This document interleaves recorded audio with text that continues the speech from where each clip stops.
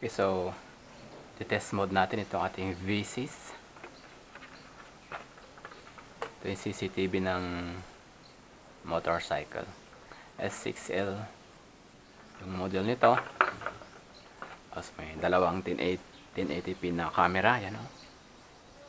So ito ay sa front, tapos sa likod ito. Tapos meron siyang GPS, yung GPS module na para sa speed ng ating motor.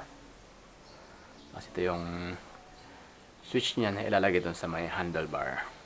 So ito rin yung magsisilbing power supply nito, dahil yung power supply nito ay 5 volts lang ito. So kung 12 volts yung motorcycle natin, so kukonvert ito para maging 5 volts. Yan. So in the meantime, ito muna yung gagamitin natin para matest natin, no?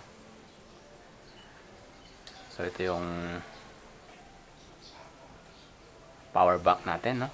65 watts ito.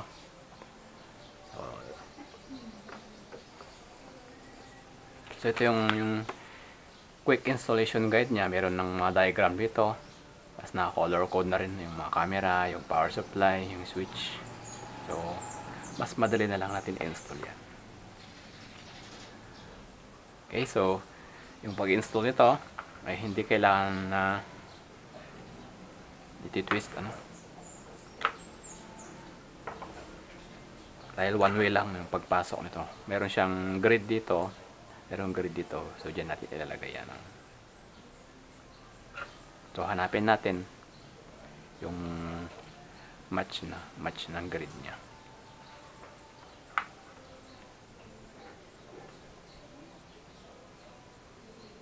Ayan.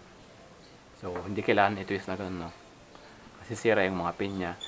So yung i-twist nyo lang pag i-install niya ito ay ito. Yung waterproofing niya. Waterproofing cover.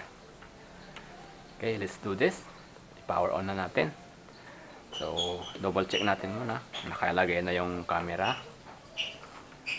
Nakalagay na rin yung GPS cable. GPS module cable niya.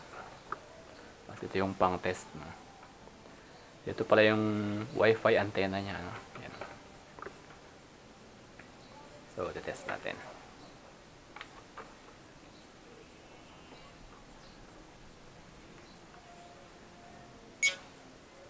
Yan, nag-beep siya.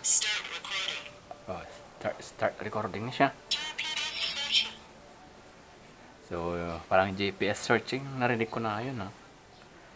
So, pag ganito yung blink nito, yung switch, ibig sabihin na nag-record siya. Ayun dito sa manual, ano. Meron instruction dito na nakalagay din. Okay, so ngayon, check naman natin kung talagang nag-record siya.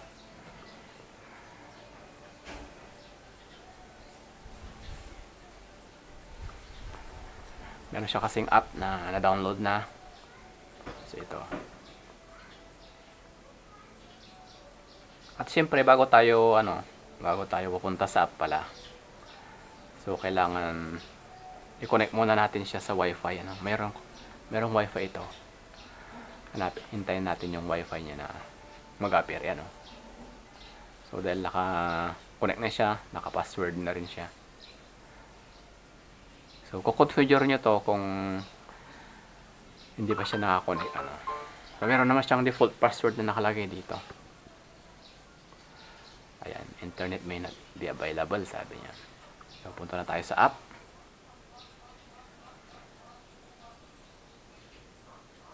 Ayan, enter recorder na natin.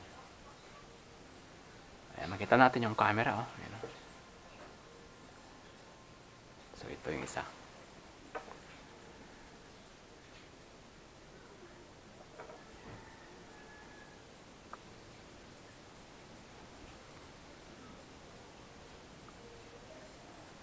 Sa camera, meron dito nakalagay 0 kph. Ito yung date.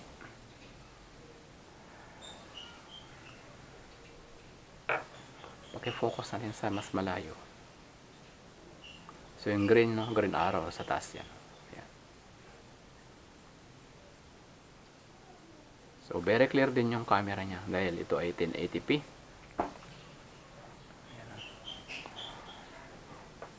So, i-try natin yung isang camera.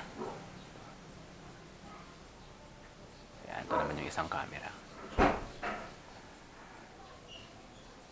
So, yung green arrow, yan ang taas niya. Yan, oh. Very clear din. So, I hope na gagana ito dahil pag nasa motor na ito na yung gagamitin natin na power supply. Although, hesitant ako, baka magdi-drain siya ng battery, lalo walang kick yung motor. So, baka in the meantime, ito muna yung gagamitin ko, power bank. Dahil pang matagalan naman ito, power bank na ito.